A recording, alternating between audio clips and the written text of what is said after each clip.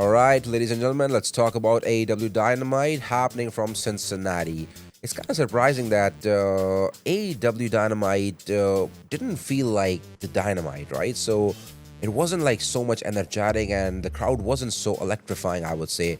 I didn't like the opening of the entire show. Like, don't get me wrong, I love AEW, I'm a big fan of AEW, but when they do something like not up to the mark, I would definitely call them out. I wouldn't like criticize them all the time, but like I didn't like the opening because the crowd is like mild and I'm not sure it's even full or not.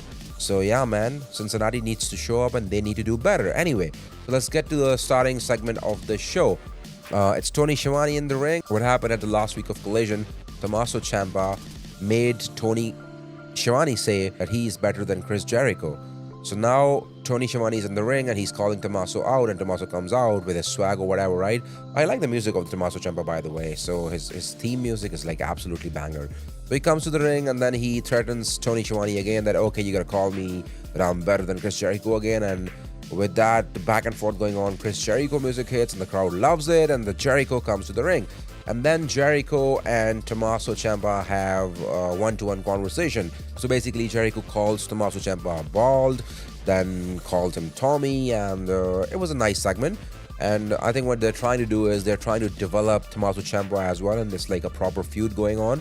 And Jericho is looking absolutely fantastic, at this age and this time, at this age of his career, he's looking absolutely fantastic, and I hope this feud is gonna be good, man. But I really want that Jericho needs to do something bigger as well because he's a big name and he needs to elevate other big talent as well. Like I would say, work with Kevin Knight or stuff like that. Tommaso is absolutely brilliant worker, but I want Jericho to work with other talent as well. All right, so we see a match between Jon Moxley versus Sean Taylor, and Sean Taylor also has like a bunch of guys with him. They're called Sean Taylor Promotion. The overall match was a very boring match, but at one point the crowd get behind Jon Moxley because he's a hometown hero. But like I said, overall, Jon Moxley has lost his touch, At one point, he's just backing Will Ospreay, which also like doesn't make a lot of sense to me. But then he's also like not the same Jon Moxley which we saw in 2019 or probably like in 2021 or 2022. So he needs to like step up and like give us something like strong on the TV screen. Anyway, so after the match, Jon Moxley wins, and we see Kevin Knight with Don Callis in the ring. And honestly, I gotta tell you that Kevin Knight is a star. He is definitely a future world champion. So in the ring, Kevin Knight says that Darby Allin just let everybody down, and while he's just like lashing on the crowd, and crowd is booing Don Callis, and then Darby Allin shows up. So it's a return of Darby Allin. And he just like hit him from the behind with a skateboard, and he say, I'm sure the New York was worth it or whatever, right? And then like we just like see bunch of Don Callis guys, they just like storm to the ring, and Darby Allin runs away. So yeah, that was like a good angle, I would say, and we will see definitely a match between Kevin Knight and Darby Allin down the line, and I'm sure I feel like it's going towards Darby Allin, 3-time TNT champion, because they will progress Kevin Knight to the World Heavyweight title scene. I believe so. Let me know what you guys think about that. Then we go to the next segment, and next match, that's between Mark Briscoe and Pac.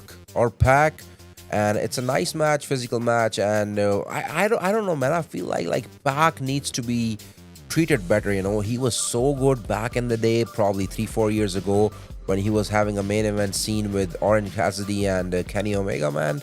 We lost that Pac, man. Like, we need to get that guy back. He was intense, and whenever he just like given an opportunity to do a promo, he kills it on the screen. But I don't know, like he hasn't been treated right. He needs to be given like good feuds and a good content to talk about, or good storylines to work on, basically. After the match, Mark Briscoe calls out MJF again, and surprisingly, MJF shows up. Like, we had that news going on with MJF knee injury and stuff like that, but MJF shows up today, and I don't know if he's hurt or not, but he was walking fine, but he looked a little bit like slow today, so probably he's still recovering from that knee injury or whatever that thing was. So he still says no to Mark Briscoe that nobody, you're not getting the title match because you don't deserve that. So they go back and forth, and then MJF has his guys hired to beat Mark Briscoe, and then they do that. There's Jay Lethal and a couple of other guys. After we see the Mark Briscoe get his ass kicked, we see the conglomeration to the rescue. And then they had a chat again, and then they decided to do a 5-on-5, or actually 6-on-6 match at Forbidden Door. And if Mark Briscoe wins, he will get a title shot.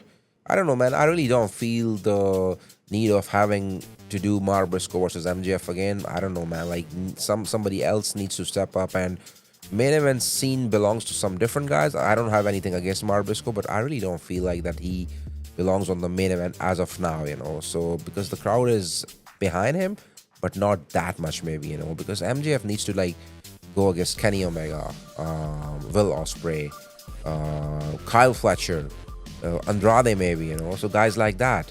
So yeah, man, just let me know what you guys think about it. If you guys like rooting for Mark Briscoe, or if you think that he deserved at the main event scene, let me know.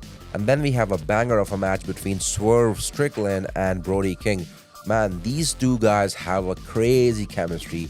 The house calls on the chairs from the top of the ring, man. This is like crazy match.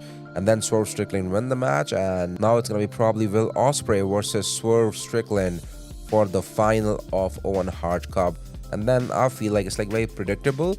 Will Ospreay is probably going to the main event of All In Wembley, London. Overall, my verdict or my 2 cents on the AEW Dynamite is kind of like made in a way that we didn't have like a good crowd, and crowd is like a 50% of the show, I would say. If you don't have the good crowd, they kill the matches, man. They like destroy the whole vibe of the show, basically. So the crowd wasn't into the thing.